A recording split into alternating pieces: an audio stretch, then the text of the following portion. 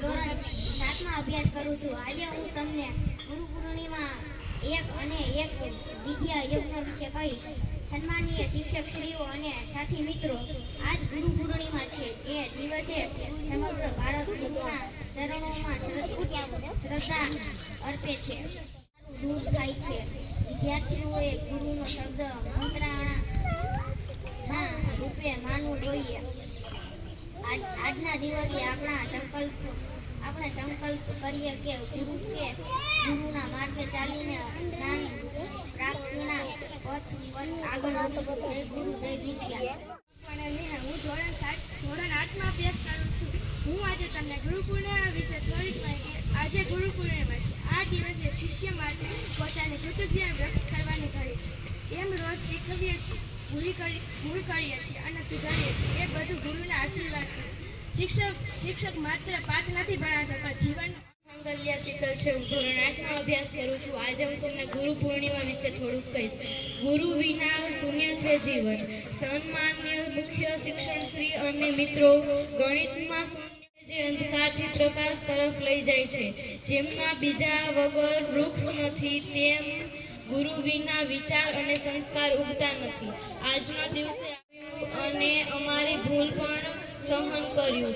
એની કદર અમે જીવનભર કરીએ છીએ. ગુરુ પૂર્ણિમાની સૌ શિક્ષકોને હાર્દિક શુભકામનાઓ. હું આજે તમને ગુરુ પૂર્ણિમા વિશે કહીશ.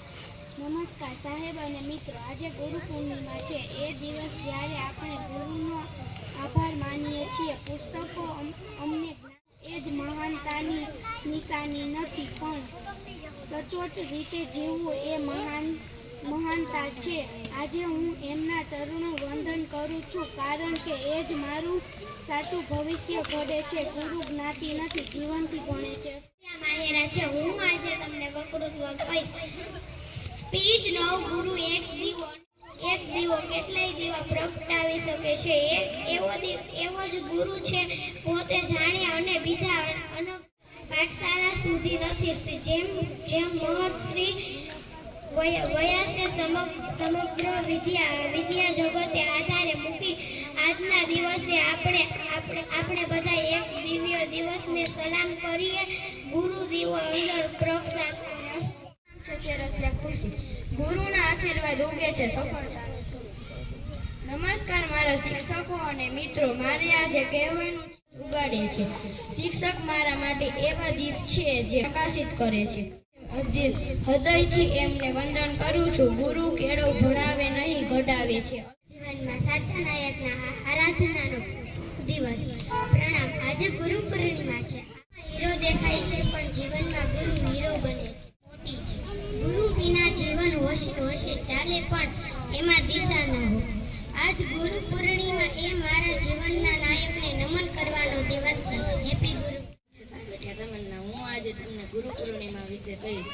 ગુરુ પૂર્ણિમા એ માત્ર ધાર્મિક તહેવાર નહીં, પણ એક સંસ્કાર વિચાર શક્તિ આપી, યોગ્ય અયોગ્યની સમજ આપી. ગુરુ છે તો વિચાર છે, દિશા છે, આશા છે અને વિશ્વાસ છે. આપણે સૌ આજે નમન કરીએ એવા ગુરુઓને, જેમના લીધે આપણે માનવ બને છીએ. જય ગુરુ પૂર્ણિમા. હું ધોરણ 8 અભ્યાસ કરું છું. આજે હું તમને ગુરુ પૂર્ણિમા વિશે કહીશ. ગુરુ એટલે શ્વાસ જેવો સાથ. આપણું જીવન એક યાદ છે નહીં, પણ જીવન જીવવાની રીત શીખવે છે. મારા શિક્ષક શ્રી કહે છે કે ભૂલથી શરૂ. આજના પવિત્ર દિવસે હું કહું છું, ગુરુ જીવનનો દોર છે અને જે અનંત સુધી જોડાયેલો રહે છે. અસ્તુ. માંડવ્ય કાર્ય. હું ધોરણ 7માં અભ્યાસ કરું છું. આજે હું તમને ગુરુ શિક્ષક એ અમારા બીજા માતા પિતાનું સન્માન છે. જે માતા પિતા શરીર શું છે અને શાળાએ સંસ્કાર શું છે. મારા શિક્ષક મારા સૌથી મોટા માર્ગદર્શનના દાતા છે. આજના દિવસે આપણે એ ગુરુને યાદ કરીએ, જેના લીધે આપણે ભવિષ્ય ઉજ્જવળ બને છે. સલામ આપણા ગુરુ. ગુરુ પૂર્ણિમા છે. આજે ગુરુ પૂર્ણિમા છે. આ દિવસ છે જ્યારે આપણે આપણા સાચા બને છે.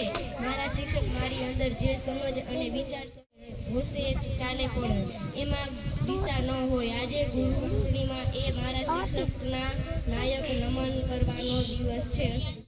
હું ધોરણ 8માં અભ્યાસ કરું છું. આજે હું તમને ગુરુ પૂર્ણિમા વિશે થોડીક માહિતી આપી. નમસ્તે મિત્રો, તમે ક્યારે વિચાર્યું છે વૃક્ષ આપણે કેવું દર્શાવે છે? મારા શિક્ષક શ્રી જ્યારે ફૂલ સુધારતા એવા જ વૃક્ષ છે જે પોતાના જમીન પર ઊભા રહીને શિક્ષણ બતાવતા હોય છે. આજે દિવસે હું નમન કરું છું એવા ગુરુને જેને કારણ હું બની રહી છું. આજે હું તમને ગુરુ એટલે કોણ એના વિશે થોડું કહીશ. ગુરુ પૂર્ણિમાનું પવિત્ર પર્વ છે. ગુરુ એટલે જે કોઈને જીવનમાં માર્ગદર્શન આપનારા, વિના જીવનમાં અંધારું બને છે. ગુરુ આપણને સાચો રસ્તો બતાવે છે. આ ગુરુ પૂર્ણિમાના દિવસે આપણે આપણા આગળ વધી શકીએ છીએ. આજનો દિવસ તેમના ચરણમાં વંદન છે. સર્વે વિદ્યાર્થીઓ વતી અમારા તમામ ગુરુજનો પાસે ક્ષમા પ્રાર્થના કરું છું કે જો અમારાથી અત્યાર સુધી કોઈ ભૂલ થઈ હોય તો મોટું મન રાખી ક્ષમા કરશું. આગળ અમે સાચા મન, વચન અને કર્મથી જીવન જીવીશું.